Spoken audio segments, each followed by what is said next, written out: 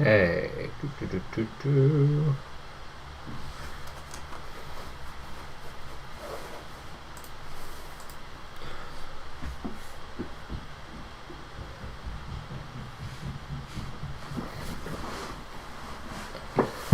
All right. Starting to get more people watching. Huzzah. Bring my mic a little closer. Just going to give it a few minutes so that folks can sign on.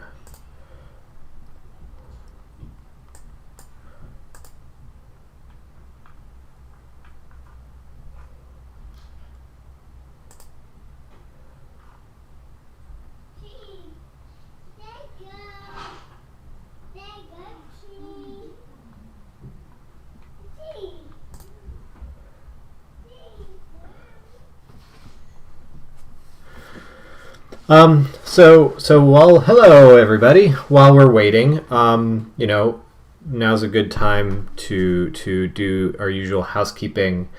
If anybody is, first of all, I should say, because I know that sometimes I do get the folks who discovered this channel through Kickstarter and subscribe or something. First of all, thank you. Second of all, please note this is a lecture for my course at Kent State University.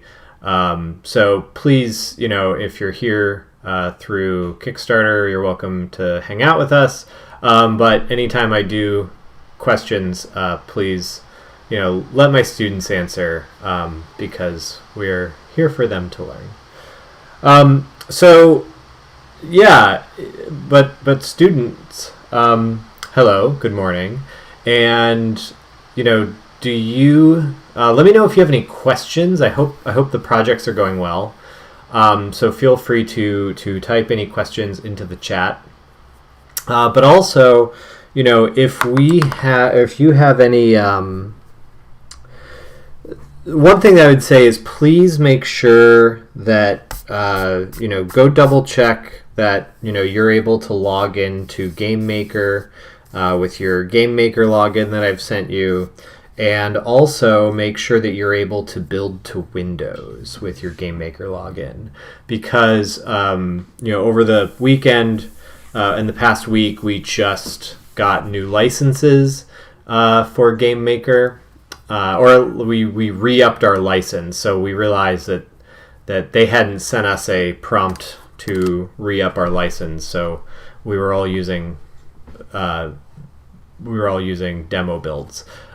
So now, please make sure that you are able to build to Windows, build executable files to Windows. So go check that. Okay, I'm not seeing any questions. Another bit of housekeeping. So this is very much pending, but next Monday I'm getting my second shot of Moderna, so I'm going to let you know on Tuesday morning if I am in a position to do a lecture, because my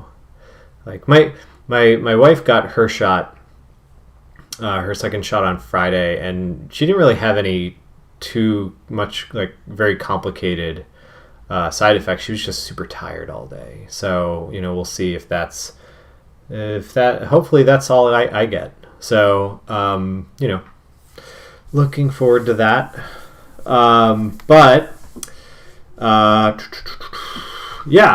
Let's talk about Game Feel.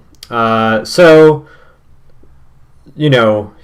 am going to start this with a story. Now, if you've had me for Games for Education, you've seen this lecture before. If you have not had me for Games for Education and you're going to take it in the future, you'll see this lecture again. It's a very important concept. We'll talk about what the different nuances of this concept are.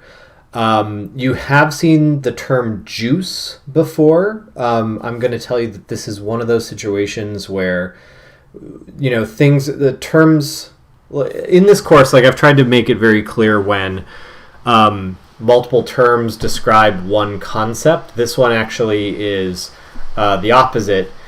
This one term describes multiple different concepts. In the past, we've seen juicing refer to when you have a mechanism in a level and you're trying to find multiple ways to use it so that it's reusable and as interesting as possible. That's one way. So you say you are juicing that mechanism. This is a different type of juicing. This is trying to make your game feel as cool as possible. And again, that's related to this concept that which we call game feel. So just FYI, know that, yes, you've heard this term before, but here it's used in a different context. And that's not uncommon in the game industry or really in any professional industry. The other thing I want to do here is start us off with a story to emphasize why things like game feel are important. Now, this is a story about when I was in, quote unquote, serious games development, like educational games for training, games for persuasion, simulation, et cetera. And I worked at a studio that had this one really big, long-term client. And this client organization was making multiple games with us. They were making 2 games with us at this one particular point. And that meant that our studio had 2 different teams going. And so one team was run. So to be clear, there's 2 teams on our end and 2 teams on their end managing 2 different games. Okay. So that's, again, that's not 4 games, that's 2 games, but each game had a group on our end and a group on their end. Okay. So I was the artist who kind of ping-ponged back and forth between both on a by-need basis. And so the 2 game projects, and I'm trying not to be, because this is on YouTube and public, I'm trying not to be too specific. But, on one side, it was a series of little mini games. And those mini games were being overseen by some folks who understood how these technologies worked, but I would not say were particularly involved in the game industry. They didn't really play many games. They didn't really, and I'm not trying to be gatekeepy, by the way, developers need to blah blah blah. But they were more interested in creating interactivity. So all their games felt faintly like websites. So they didn't really, they weren't putting in what I would say the required work of understanding the thing they were trying to make. So it's not that every person who makes games should be a gamer. Quite the opposite. I think there's advantages to not being a gamer when you make games, because you're not bound by tropes and things like that. But I also think that, it's good to understand, if you're an architect, what makes a building good, or what the good buildings you should look at are. If you're a chef, you should taste good food, so that you know what good flavors of food, when you're making food, what good flavor combinations are.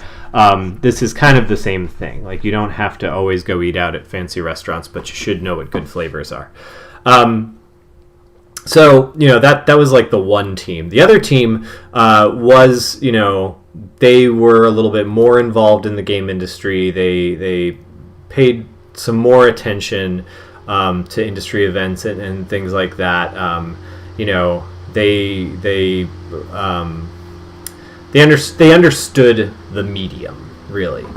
And, so I'm ping-ponging back and forth. But I was also working on, with the, more game industry folks team, this other side project where it was a shoot-'em-up game that was that was like an educational math shoot-'em-up game.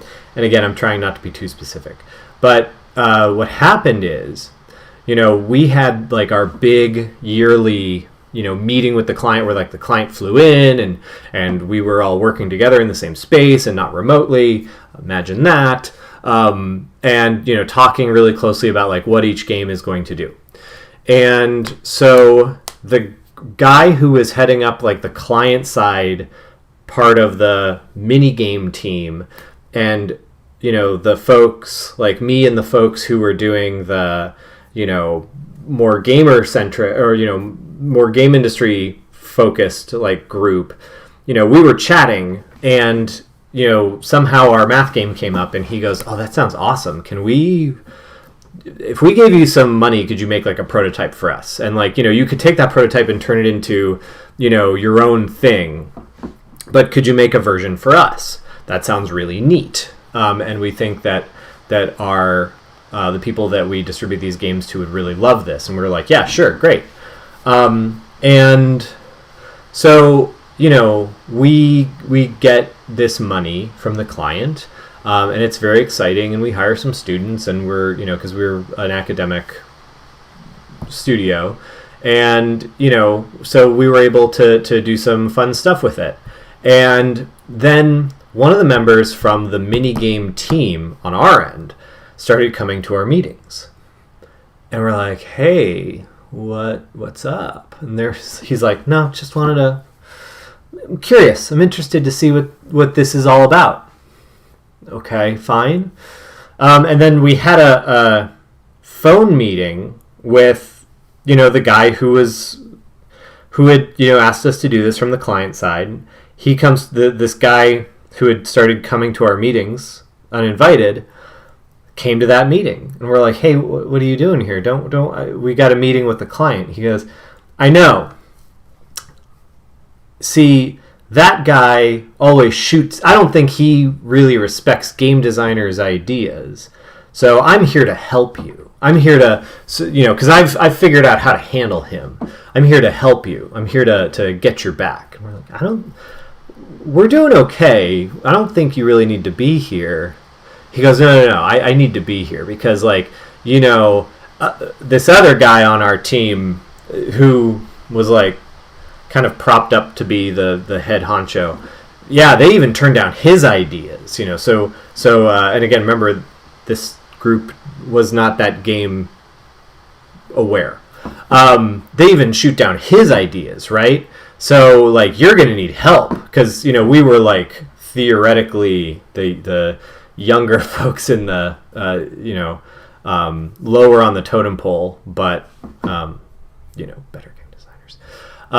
So this person, says, like, "Oh, I'm here to help you out." So we're like, "Okay, fine. If you want to sit in the meeting, that's okay." So he sits in the meeting. We have the meeting. The meeting goes great. There is no negative feedback.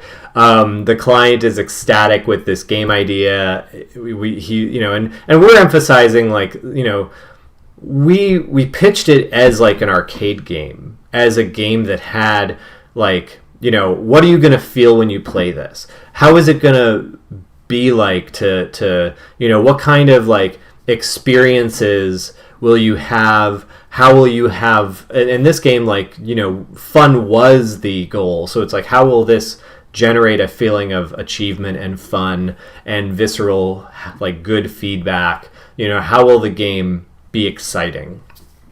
And, like, we got that. That's how we pitched it. That's why we wanted to make an educational game like this, to have those exciting elements. And the client guy he loved it. He loved it, absolutely loved it. Meanwhile, the guy who, like, kind of invited himself to the meeting was sitting in the back, looking, like, really grouchy And then you could just see like the vein popping out in his forehead. Like he was mad that the meeting was going well. He wanted us to like totally bomb. And we couldn't figure out why. Well, we figured out why. The money that we got was taken out of his budget and given to us.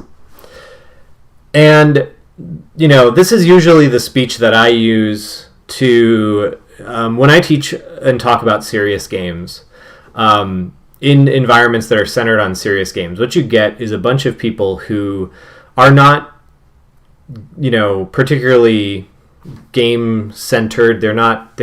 They're coming to games from the outside. And again, that's fine. But it is my way of saying, like, look, if you're going to do this and you have real plans to do this as a career thing, as a job thing, for your organization, it behooves you, it's your professional responsibility to look at games. You don't have to be a gamer, but you should be aware of what a good game is. And you should be aware of, like, what good examples of games in different genres are. I don't have to do that here, for the most part. But if that does describe you, you know, at least same thing with animators. You know, give good examples of great works in your field a look, so you understand why they're good and how to be better in your field. But the point for this class is that one of the things that was missing from that other team's games was completely a knowledge of game feel. And this is why I emphasized, like, how did we pitch the game? We didn't pitch the game as, like, here's the input the players are going to give and here's the reward, which is what most people who adopt games later for gamification think games are. But what we did was we started with, you know, what is your player going to feel? How is your player going to interact with this? How are they going to feel awesome and have fun? And then, you know, like, how are those fun elements going to reinforce the thing? So, you know, is a more holistic understanding of, like, why people like games and why people keep playing them. So game feel is really important. Because it's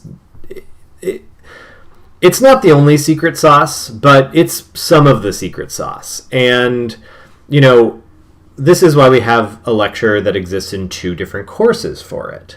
So today we're going to talk about what is game feel, what does it do, the elements of game feel, what the relationships between mechanics and emotions. Because if you do recall, there is this element of this where, you know, you are trying to create an emotional context for people who are far away from you, who you will never meet, but they should feel this feeling that you're trying to convey.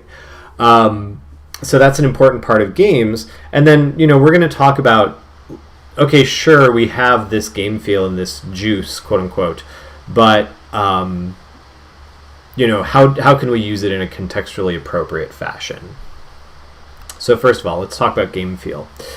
It's even a book, and that's what a lot of this content is taken from. So, you know, obviously the book cannot be self-contained within one lecture, so please, maybe go get yourself a copy of the book. It's a great book. But game feel is the intangible tactile sensation experienced when playing video games. I would say that you could apply this to board games as well. I know some board games have actually really fantastic game feel, some of which are based on video games. So game feel has several elements: input, response, context, aesthetic, metaphor, and rules. And we're going to go over what those are throughout the course of this lecture. That image, by the way, is from a book called Pilgrim in the Micro World, which is a book about game feel before game design itself even was a concept. This philosopher bought an Atari and a copy of Breakout and just extensively documented his experience learning how to master Breakout on the Atari. And it's amazing because it is like this documentation of, I learned that if I can do this, it gives the ball some English and allows it to fly in this way. So he has like diagrams of how he's holding the controller and all of these. It's incredible. And what are these satisfying elements of the gameplay? How does he learn the game through the satisfying elements? It's a great book. Heavily, it is available online. I actually think it's in your syllabus. A link to it is in your syllabus. It's also been recently reprinted by Boss Fight Books, so definitely go check that out too. That's a nice publisher, Boss Fight Books, but they did a new version of it. So we're going to go through the elements of game feel. Well, the first one is input, and this comes down to input's tricky because you don't always have control over the input. Oftentimes, you're just sort of dealing with whatever a manufacturer creates. If your game, if you're dealing with a Switch controller that has drift, like that obviously, that's bad input. It makes the input very hard, especially if you're playing Cuphead like I was last week, when you have a controller with drift. So sometimes you don't have control over this at all. It's just the material qualities of the controller itself. And if you don't think that matters, it really can. If the buttons feel satisfying to push down, if they provide enough haptic feedback, if the controller feels well made, if it feels cheaply made, that can hamper your experience of the game. But then there's also sometimes you do have some control over the input, and one way that you might have control over the input is if you decide to make alt control games. So at the bottom is my friend Jerry. Jerry makes alt control games, and this is his alternate controller for a game by Vlambeer called Luftrausers. So in Luftrausers, you are piloting a little pixelated airplane having dogfights in the sky. And, we're going to see a GIF of Luftrausers later in this lecture. But Jerry was like, well, playing it on a keyboard or with a controller is fine, but man, I want to be an airplane. So he made some cardboard wings, and he got a funny pilot hat, and he got an accelerometer and put that accelerometer between, on this little getup you wear so that it sits between your shoulder blades. And he got some buttons, and he wired the whole thing up so that the computer would read the accelerometer and, tie that to the movement so that when you tilted yourself like you were an airplane, like you were a kid playing an airplane, pretending to be an airplane, it would change. It would, move the plane. And then he wired up the buttons so that when you press both, it would fire the gun. Now, it had to be both because, while more realistically, like in a World War II airplane, you'd have one stick with a button to shoot. That's not as fun as, whenever anybody fantasizes about being a fighter pilot, they always think of having two buttons to press down. That's more exciting. So he's like, well, I mapped it to two buttons. So you have a button in each hand and you have to press both of them down. And he found that's what people did anyway. When he was testing this out, he found people want to do it with two thumbs anyway. So it has, two buttons. But that's how you play Luftrausers. So in that case, the input was, not only is he doing this very specific controller type, but he also is thinking about how could the input be really fun. So if you are doing, when you're thinking about making your game, you do have some control, or even control over your controller mapping. So those are ways you have actual insight into this. Is how does the controller map? Is this something that people want to do with the R button, or is it what they want to do with the X button? Something to think about. So the next element of game feel is response. So this is the other side. This is the output to the input. How does the game respond to player input? Is there delay? So you hear this all the time when you have like emulation, like collections of emulated games on a modern console. One of the most recent Sega collections, like the Genesis collections, was dinged in a few reviews for having some input lag. You know how sensitive the controls are. If you like blow on your mouse and the camera starts going wild, maybe your mouse control is a little too sensitive, right? Likewise, if you have to like pick up the mouse and move it again and again and again to turn your character's head, it's not sensitive enough. So that kind of thing is something to think about. We've dealt with this with animation in a game where, I'm doing a hand-drawn animated game right now, and one of the things about hand-drawn animation is that when you do it, with like pixel art, you can get away with, press button, character just goes into jump pose, that's it. With hand-drawn animation, people expect it to look like hand-drawn animation that they see in cartoons, and that requires you to use things like the principles of animation, which include something like anticipation.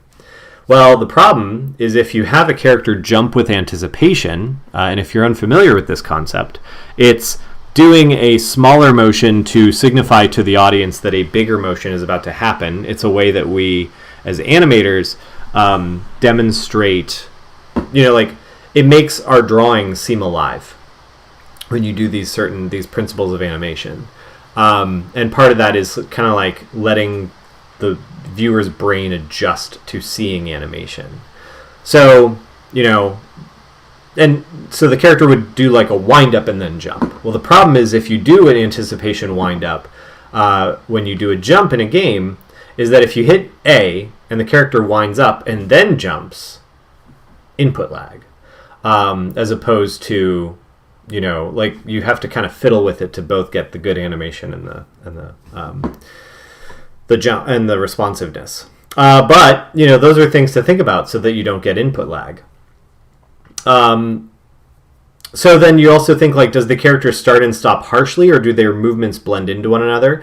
By that, I mean a few different things. One is, no, I mean that one thing here.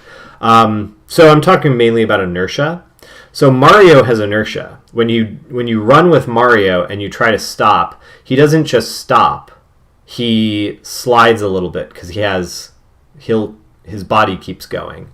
But the way that they've done that with Mario is they've given him a little animation and a little sound effect that's like doot, doot, doot, when he breaks, and it makes Mario very satisfying to move. And the environments are like built around this movement. Mega Man doesn't do that. He just stops. So that can be a good or bad thing depending on what kind of game you're making. So response is really important. And one of the things that somebody brought up yesterday was input lag on online games is another thing to think about. And, not that you're necessarily controlling people's online experience, or the infrastructure that you're building your online game in. But, for example, the developer of Towerfall, they tried to do an online version, but they couldn't make it happen because the way that game worked. If you've never played Towerfall, it's a Smash Brothers-ish type of 4-player indie fighting game where you're all archers, and it's very fast. It's a very fast game to the point where there was one summer where I played Towerfall nearly every day when I was teaching a game development camp for kids. After the classes were over, me and the other instructors would play a few rounds of Towerfall to unwind. And when you play that much of a game like that, and then you go back to another game like Smash Brothers, you feel the difference in speed. And I think Towerfall is a way faster game just because it's one-hit kills. So things can escalate real quick in that. But because of that, and I use the comparison to Smash very purposefully, Smash Brothers, when you have input lag, gets very bad. But an even faster game like, Towerfall can get really, really, really bad, especially when it's all based on like projectiles and arrows, and who's in one place at one time. So they just made the decision to not have online multiplayer for this reason, because the response would not work. And people gave them crap for it, but sometimes you just got to do unpopular things as a game developer, because development is a reality and people need to accept it. The last one, it's not the last one, but like the last one before I do a little question break, is context. Now, context is a lot of level design. It's, what is the environment that you provide? Like, are you providing interesting places for the input and response to occur? So there are examples of games where there is an input delay between you and an attack because there's a wind-up. I'm thinking of particularly the classic Castlevania games, where, the Belmonts do not just straight up attack, they wind up with their whip and then do their whip. But how does the game create a good context for it? Well, all of the jumps, all of the enemies, they all are made in such a way that they are designed around this, like the finicky parts of Simon Belmont, or whichever Belmont you're playing as in that one. They're designed around that so that you don't ever feel like it's totally unfair. The other thing is that they do a thing where on that wind up, if a monster hits your whip in the wind up, it gets killed too. So it's actually like a brief back attack before it's a front attack. So the context is designed around this. Same thing is like, if you're in Peach's Castle in Mario 64, the metrics are very well designed around Mario so that his game feel is really good in that environment because you have like mastery of it. So, not to get too far into this because we've already covered it, and B, at the bottom there's a link, and you can go to that shortened link and get to an article that I've written about some of this. But context is really important. Anything you do with your game feel, make sure that the game, if your character has inertia and does little skids like Mario, make sure your environment supports that kind of jumping, as opposed to, like make sure the environment fits your character's movements that you've created. So that being said, before we move on, are there any questions? I'm going to wait for 2 questions.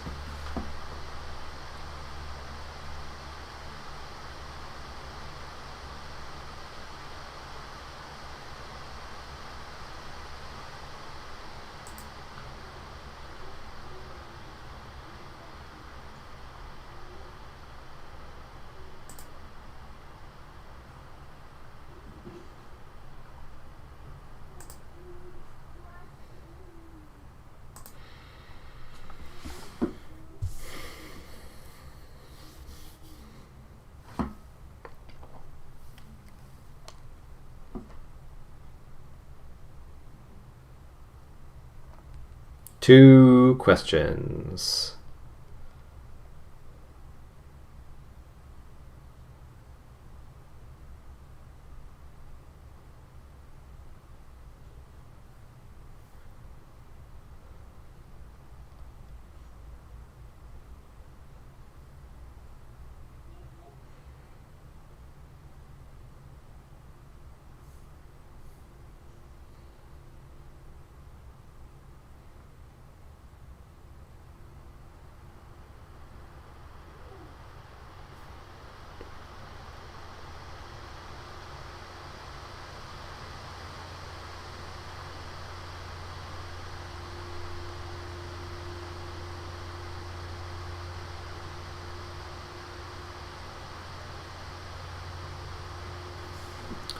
Two questions. There we go. So for player metrics, those units would be Yes, that is typically when you're using your movement capabilities should help you figure out the scale of levels, because I mean you're also going to be, the metrics are based not only on your character's movement capabilities but also your literal character size. So, you know, an easy dirty example should be like you know, can your character pass through the doorways you build? And that sounds obvious, but I've seen people actually screw that up. So the other thing too is like what they often say, and it depends on your type of camera, but you know, if you have you know, like I know first person cameras, they usually say like, hey, first person cameras, you typically want it to be like 1.5. I might be wrong on the actual scale, but like you want to make sure that it looks right within the camera, so that, you know, when you look up in the door, you know, it doesn't look like your face is right in the top of the door frame. You want it to feel like it's a correct amount. And it might be that your, you know, if you were to like watch your character externally, it would look right, but if you're looking at it through the first person camera, because of the way the camera is positioned, or the you know, the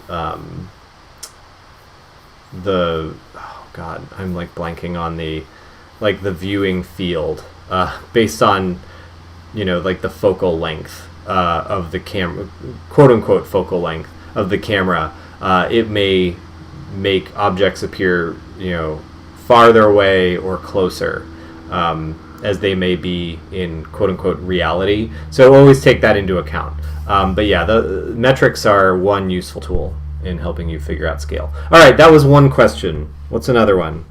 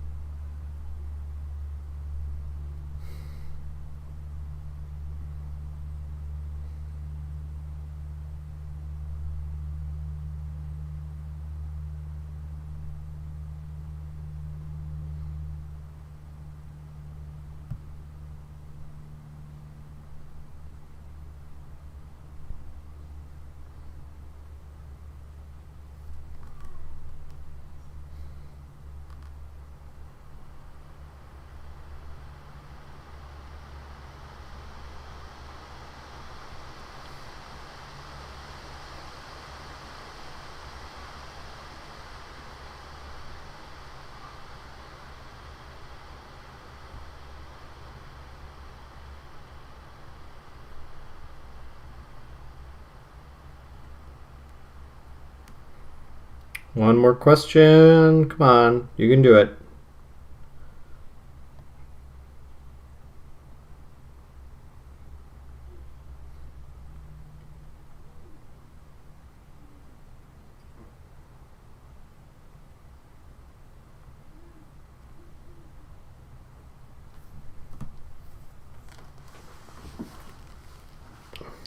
One more question.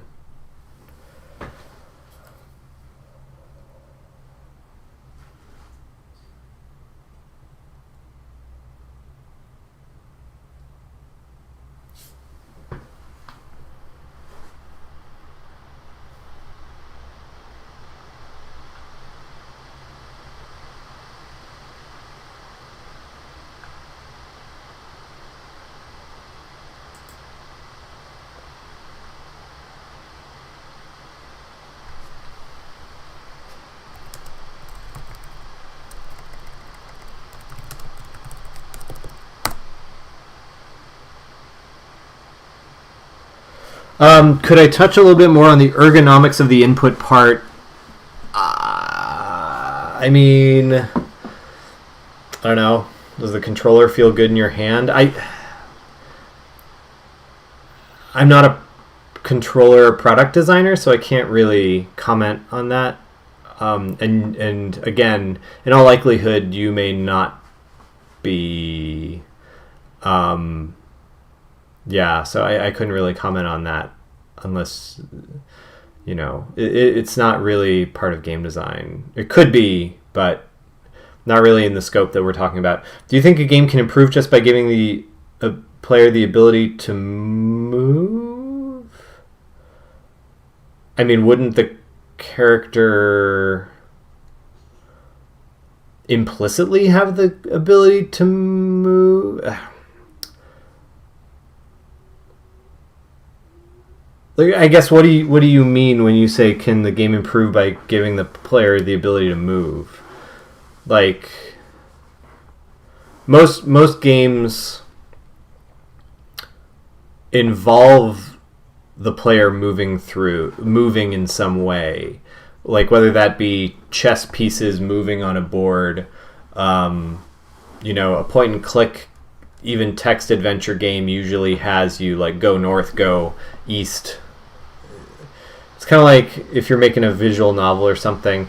No, I don't think if you're playing a visual novel, the visual novel should work like a visual novel.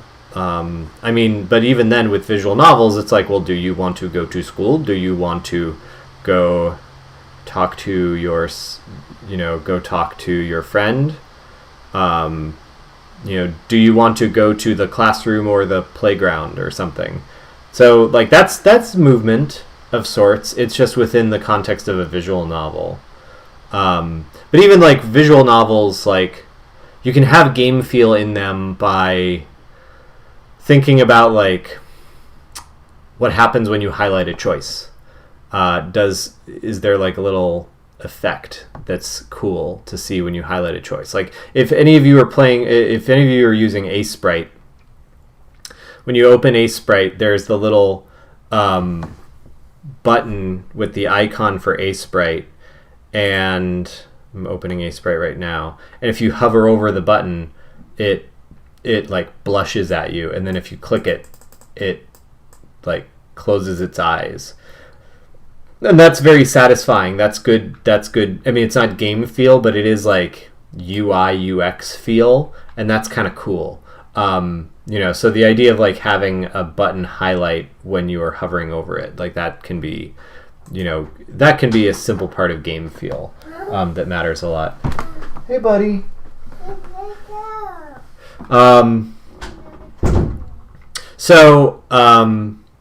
Yeah, thank you for that question. So I'm going to move on now. So the next part is aesthetic. Now this is what a lot of people talk about when they talk about game feel or juice. It is the audio and visual responses to actions in a game. But the thing is, people usually think of it as screen shake and particles, and it can be. Those are, I think, like the easiest versions of this. But, that's not the entire picture. You can do a lot with the audio and visual elements of a game, beyond just, again, screen shake and particles. So, let's think about this. Aesthetic is usually referring to how big a response, like an audio-visual response from a game is. And yeah, that can get into like, does the screen shake when something happens? And usually like when you hit an enemy or something. Do you get a particle or explosion? Like, is doing the core mechanic really satisfying in some way? But again, it's not all screen shake and particles. It can be, like I just said, when you hover over a button, the button blushes or the button changes color or, things like that. That can give you feedback, like visual feedback, and give you a better sense of game feel. Sometimes this can happen in over-the-top animations. So there's a game series, it's a retro game series, but they did in August make a new version on Steam and Xbox called Battletoads. And think of Battletoads as like Ninja Turtles, but frogs, but also heavy metal a bit. So Battletoads would do this thing, like it was a brawler, kind of like a ratchet scrolling brawler, kind of like your Final Fights or your Streets of Rages or your Ninja Turtles types games. And, you'd fight these bad guys, and when you would execute, you'd finish a combo, and not a combo in like a Street Fighter way where you have to do certain button presses. It's just you're mashing the attack button. But when you run through a set of punches, the last punch, and usually it's the finishing move for a normal enemy, would be accentuated by some really big piece of animation. So here's an example where the character is punching this boss, and they get through to the last punch of the combo, and his hand turns into a sledgehammer. If you headbutt an enemy, you would get ram horns, or if you kick an enemy, your foot would turn into a really big boot. And that's kind of how they'd accentuate a finishing move in a combo. So, that made Battletoads feel really cool. It felt really good. And it was, it was not only funny, but it also, again, made it feel kind of awesome. So that's what I mean when I say over-the-top animation, is if you kind of have those big things, big sword slashes with motion blur and all this other stuff, that can really help something feel kind of quick and snappy. Animation blurs and smears are really good for this. How animations blend with one another. Now, what I mean by this is I'm talking about, do you have nice, smooth animations? And one example that I would recommend you look at is this game called Wonder Boy: The Dragon's Trap, which is a remake, kind of semi-indie remake of a classic Sega Master System game called Wonder Boy 3: The Dragon's Trap. And what this game is, and you can go get it on Steam or Switch or all the online markets. It's a remake of this original Sega Master System that's an exact remake. Same collisions, same hitboxes, same everything. And kind of like what the remake of Diablo 2 is going to do, you can at any time switch between the new graphics or the old graphics. So the old graphics are just what it looked like on Sega Master System, but if you go to the new graphics, it's all hand-drawn in Photoshop, classic, 12 Principles of Animation style hand-drawn animation, and it is just gorgeous. It's the same game under the hood, but because, the runs are bouncy, and, because it has squash and stretch and, better animated movement instead of just 2-frame pixel movement, the animations are bouncy. There's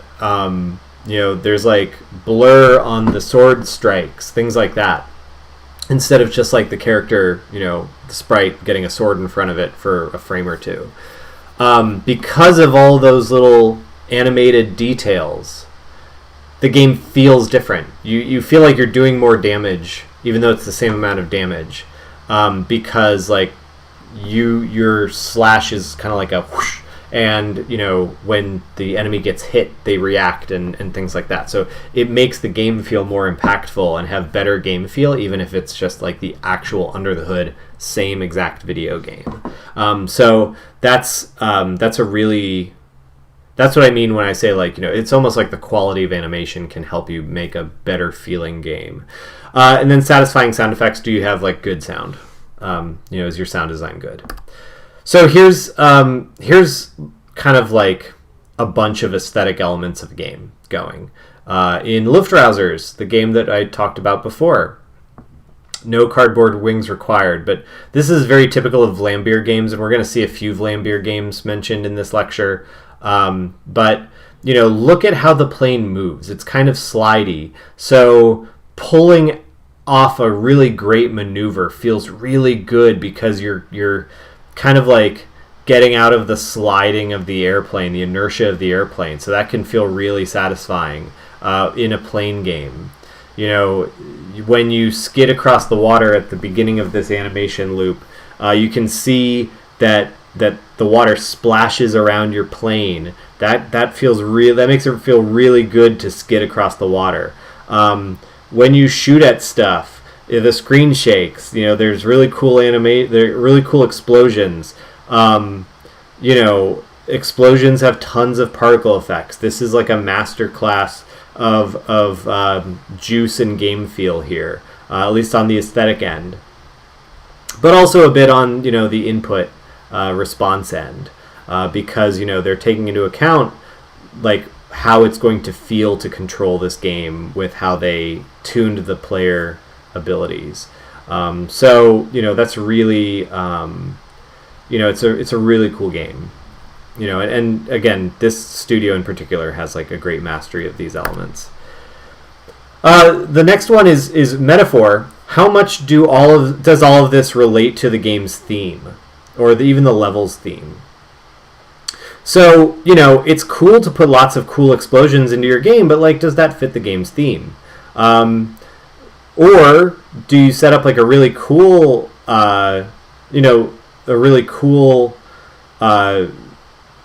feeling experience by really working with like a game's or a level's theme? So like here, for example, is a level from Donkey Kong Country Tropical Freeze.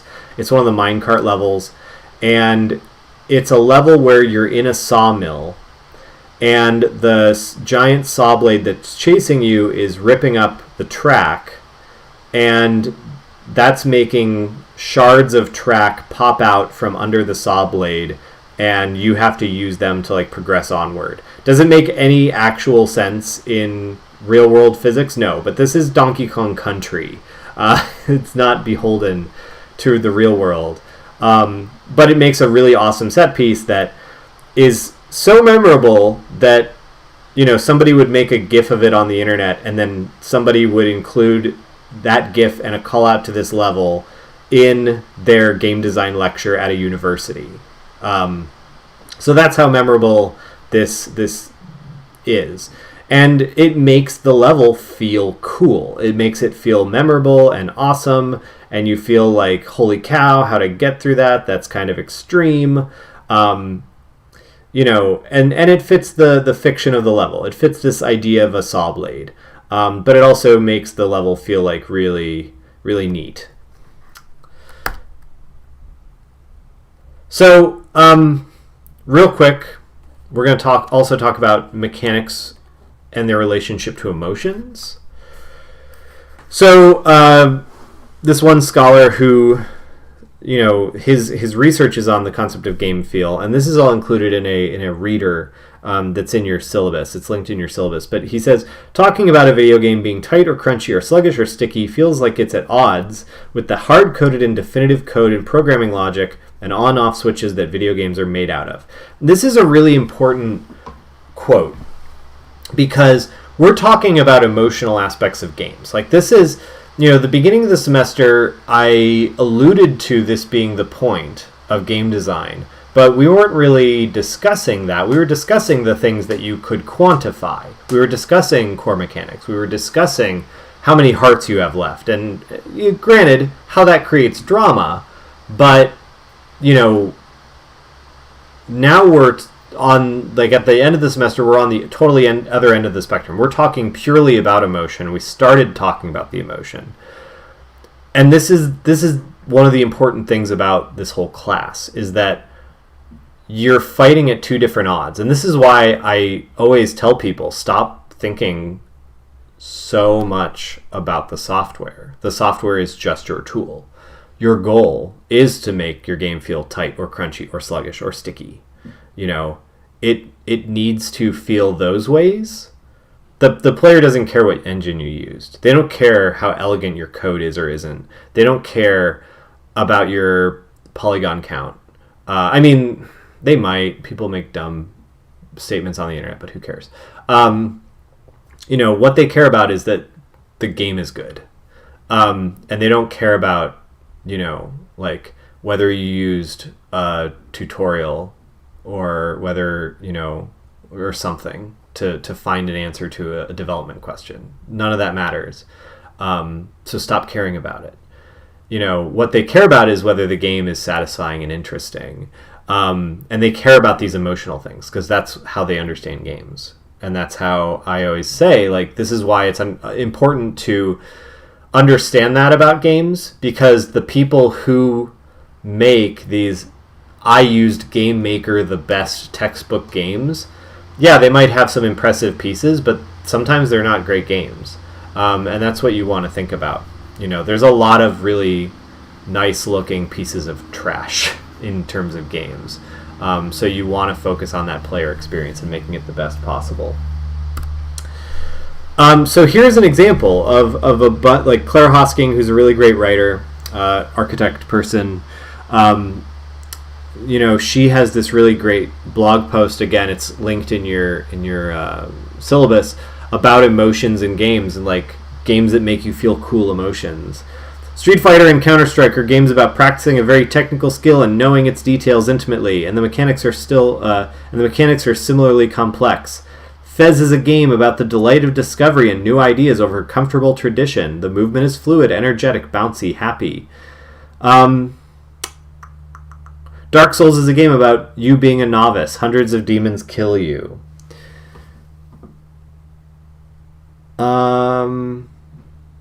Dysphoria is a game about things we haven't chosen in life. The game offers no choices. Halo is a game about befriending the fairy daughter of your foster mom. When you shoot bullets, they impact like fairy dust. Cart Life is about people who struggle. The mechanics are similarly fiddly, frustrating. So, what this means is that, like, this is how you enjoy and experience games. This is how you feel when you play games. This isn't,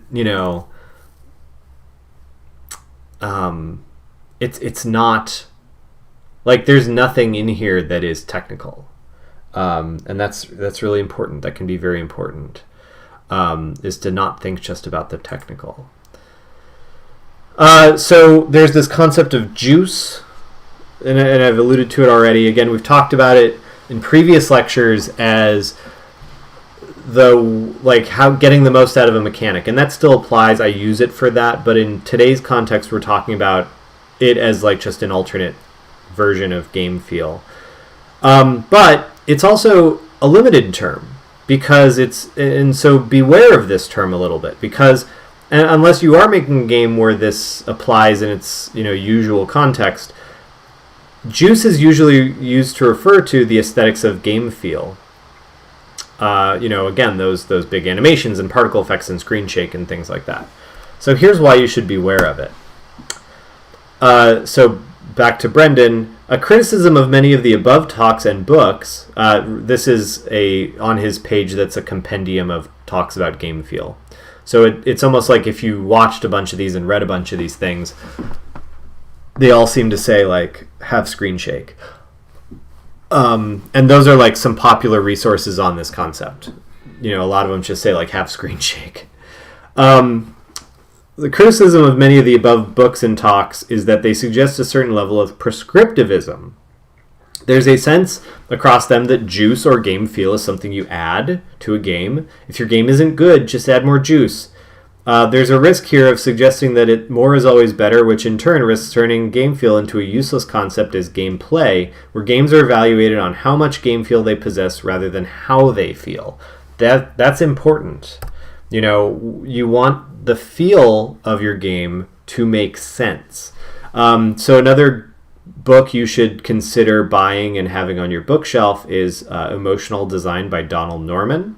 Why We Love or Hate Everyday Things, and it is how do we get emotional attachments to things we design. And that's really, it's a thing to think about. Not only that, but it also has a juicer on the cover. But, you want to think about, like, using game feel to build the emotional context of your game. So Lisa Brown, who's it says indie game developer. They have since moved on to Bungie. They work at Bungie now. But who's a really just amazing game developer, game designer. So Lisa Brown says, how can I tune the juice of my game so it's coherent? Meaning, like, how does it make sense within the context of what you're trying to build? Lisa and Rami Ismail from formerly of Vlambeer, juice is just an emphasis on what the player should be feeling in a particular moment. So it's not just explosions and screen shake. Those are parts of it, sure, but those are things that you want to tune so that they fit the emotion of the game you're making. So here's an example of, like, where you have to edit the juice, and just having it alone is not enough. Juice and game feel are part of information design. They're part of how you communicate with the player. They are part of your visual and auditory communication system of your game that tells players when they're doing right or when they're doing wrong, or when the game state has changed. So here's an example of this from a game I made called Laziski's Revenge, which is an abstract art game. I've talked about it before. Things that Laziski's Revenge had to... So in the game, you are a red triangle, and you're trying to kill a white circle. And to do so, you have to get powered up. So to get powered up, you stay within these gray boxes, and they power you up, and they protect you. So how did we signify that you were powered up? Well, a particle effect went off at the moment you became powered up. There was a sound, and you would, like, when you moved around from then on, you'd have this, like, tail of particles, kind of like, ghosty images, following you. But it didn't work. People were still confused as to when they were powered up, and it's like, but I did these things. Why don't you see that? So here's a lesson that I had to learn while making this game, is you need to put your ego aside. You probably did do the thing. You thought about this. You had an answer to signifying that, in my case, the character was powered up or something. But if players don't see it, you're wrong. It's not on you to teach them how to see it. Because, again, like, what are you going to do? Get on that airplane and go to Alaska and be like, hey, did you hear that sound? Well, that means you're powered up. Oh, okay, great, thank you. No, you're not going to get to do that. So you've got to put your ego aside and take the player's feedback on what would help them. But you got to watch out for this, too, because you remember I was working from a popular piece of abstract art, which is pictured here. So sometimes, like, what you want to do is you say, like, hey, you were confused, what might help you? And sometimes they'll offer you things that don't work within, your theme or your story or your intellectual property. You want to watch this. So playtesters said, like, maybe if you change the shape of the wedge. No, it's got to be a wedge. Maybe it turns blue. No, it's got to be red. Because the original... So you take the feedback, but you've got to, like, filter through it. You can't just, like, take the feedback and do it automatically, because you might break your other meaning of your game. So that didn't express the idea, so I had to come up with, like, other means to use game feel to express this. So what did I do? Well, I made the particle that plays when you become powered up, I made it bigger. So this is a case where bigger did help. So bigger particle, louder sound. Still had that tail of particles. That was nice. But then I also, like, added flashing red shades of red hued color on the character, so that it was visibly, like, easier to see that you were powered up, but it still expressed the idea. So, it wasn't just that I added more juice. I had to add the right juice that fit the context of what I was trying to build by making a game about a piece of abstract art. In a little more simpler terms, here's another example that's, again, a little more one-off. But, Vlambeer has a game called Nuclear Throne, and it's a bang-bang shoot-'em-up action game. But, it has screen shake when you shoot guns. But the screen shake, the severity of it depends on which kind of gun you have equipped. But it also, the screen shake occurs in the direction opposite the way you have the gun pointed. So it feels like kickback. It's contextual, and it matches both the game, the way you're playing the game, but also, how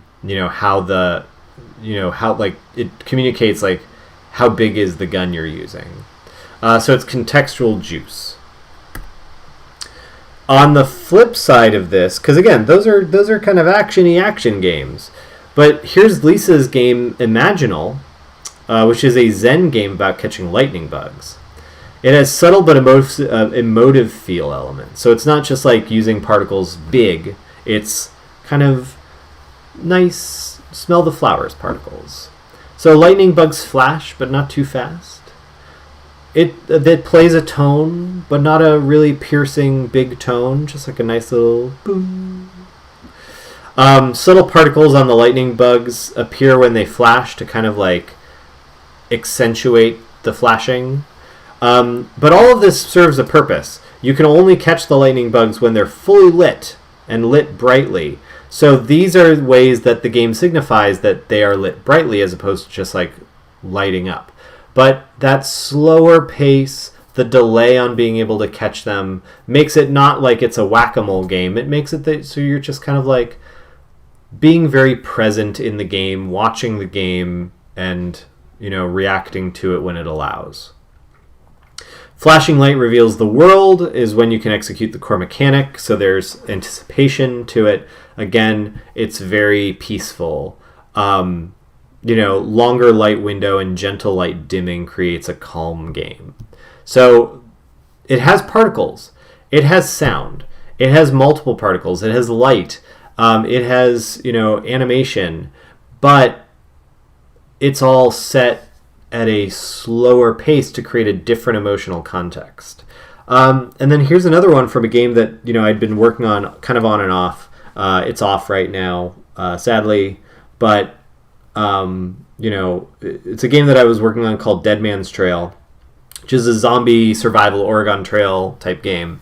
But you could go into towns and loot them. Now the zombies in this game were not cannon fodder zombies. They were George Romero zombie, like Night of the Living Dead zombies, where the zombies are scary and overwhelming, and you're very weak to them. So how did we accentuate that in video games that are used to there being just like very scary or very easy to, fight zombies? Well, what we did is we gave you some game feel when you did stuff like a nice little muzzle flash and, like some cool effects when you actually hit the zombie. But the zombies get the big game feel. When you get hit, that's when the screen shake happens. So it's when the zombies, you don't get to control the game feel, the zombies get the good game feel. And that makes you the weaker character on the screen, as opposed to the stronger character that gets the screen shake, that gets the really satisfying stuff going on. So that's really important, is we kind of like gave the screen shake different roles so that it accentuated when you were hurt instead of when you were doling out the damage, to communicate to you that this is not a shooting the zombies game. This is a running from the zombies game.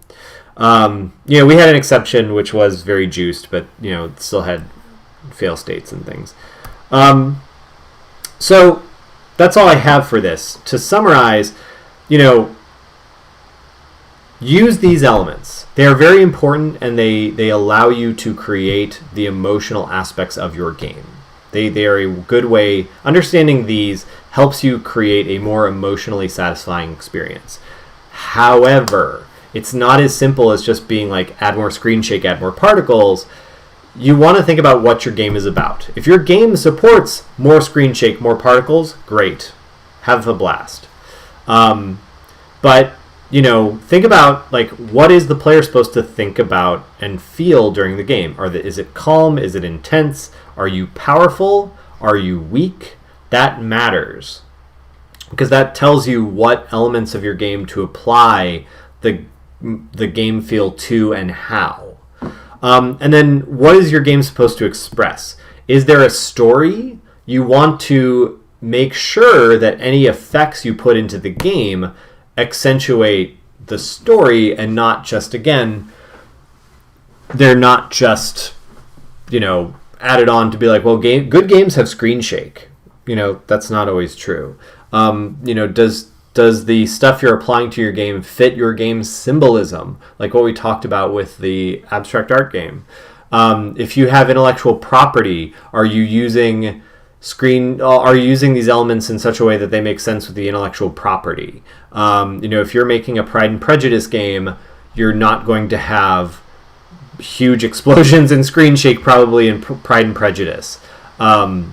Or maybe you do. Like, if you're at a ball and somebody rejects you, that's when you get a screen shake and it goes boo, or something. I don't know. But you want to use them to accentuate things that feel natural in the game world you're building. So think about, again, the ingredients of the juice. And I'm not talking about carrots and oranges and kiwis.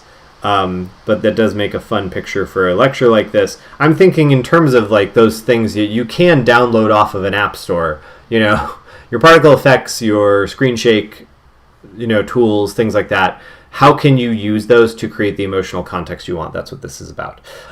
So I will take one more question because I did just get a question coming in. And then we can adjourn. So the first question is, the aspects of juicing a game need to be meaningful in the way that it adds to the gameplay itself and improves the player experience, which promotes a higher replay value. I don't know, but the last part, I think you're making a jump. I think it depends on what kind of game you're making. If you're making a roguelike, sure, because that game wants to have lots of replay value. If you're making like a 80-hour narrative-driven RPG, sure, I guess. Like, that could help. There's other elements in there beyond game feel that are... I would be careful about taking replay value and assigning it any one source. There's a lot of things that go into something like replay value.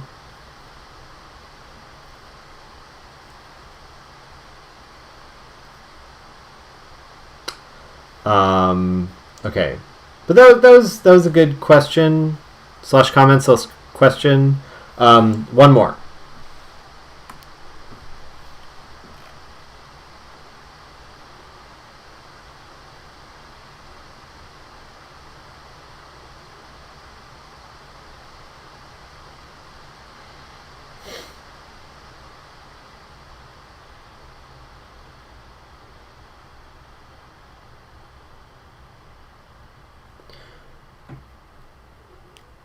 Thinking in terms of shorter games,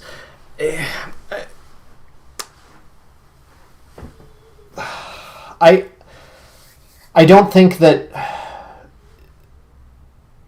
this can make a game more exciting and more interesting to play, but I still wouldn't say that this is all that it can contribute to it, sure, but I don't think that that's the only thing that would promote replay value. Because replay value, then you're starting to get into like, well, how do we even define that? What does that even mean?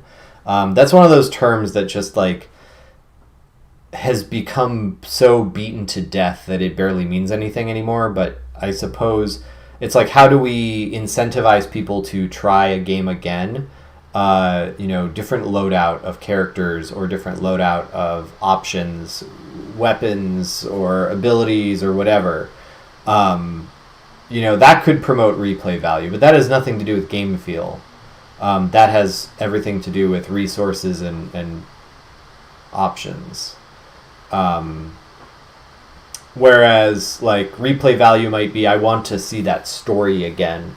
Or what if I made the bad choice instead of the good choice? What if I was the bad guy instead of the good guy?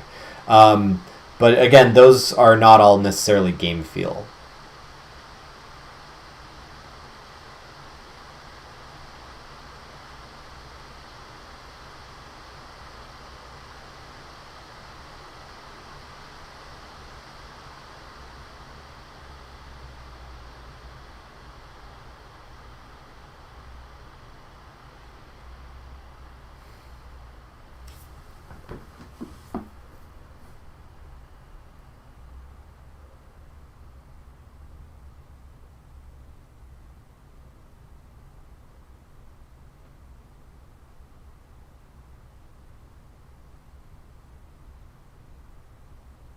Okay, one more question.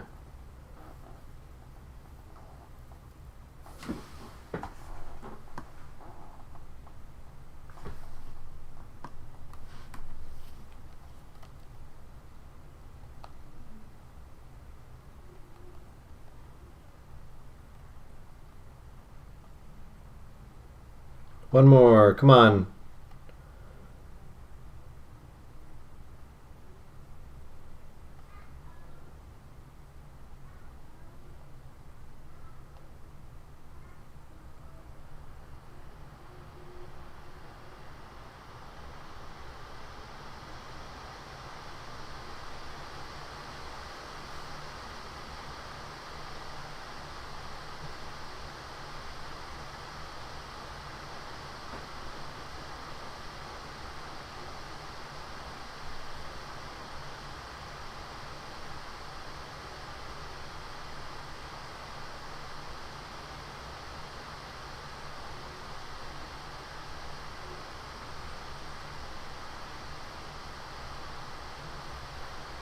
One more, come on.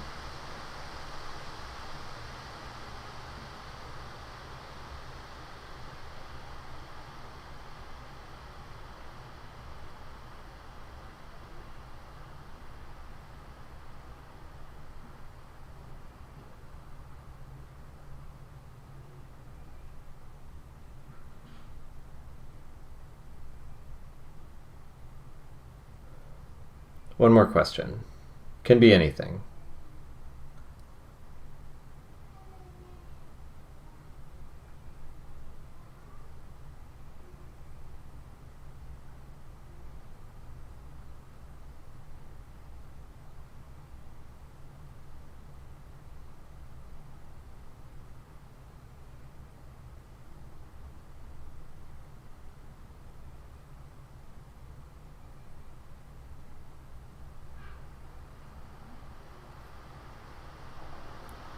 Any question?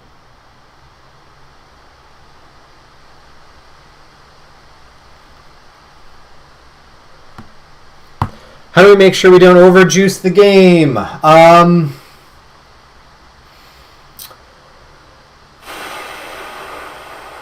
Playtesting can help. I've played games where like you want to see if people can even see through all the effects you're like if you make a game that you add so many particle effects to that they can't even see the gameplay happening, you've gone too far. So it's about information clarity, because remember, juice is ultimately a means of communication. It's not just something you add to a game, it is of the game. So if it muddies your ability to understand the game, then you've gone too far. Some games like Geometry Wars are like based on their game feel and juice components. So, you can go pretty far and it makes it feel very exciting. But again, as long as you don't muddy your message, and testing can help with that. That's an area where, you don't have to have all the answers. You can try different things. Likewise, I've played games where, and this isn't even like a game feel thing. It's just like an atmosphere thing. I've seen games where it's like, oh, fog particles make the game moody. No, like, yes, but also it made your game hard to see. So you want to, again, talk with people, test it, tune it. The other thing to think about, this also makes me think about when I was making a platformer on mobile years ago, and you operated the character by tilting the phone or the device or the tablet or whatever. Our programmer was trying to create the perfect control scheme, like the perfect sweet spot of like how much tilt to how much rolling for the character. And no matter how we tested it with people, we never got like this is just right. It was always like we'd adjust it for one person's enjoyment, and then the next person would be like, no, I hate this.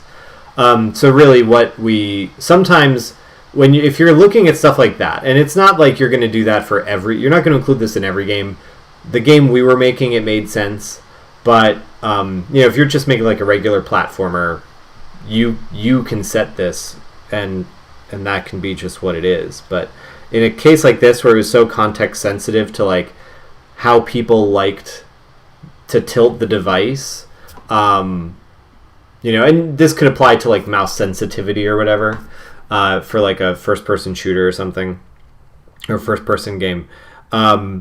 We eventually just said, what if we just had a slider and we prompted the player to set it to their desired level before moving on.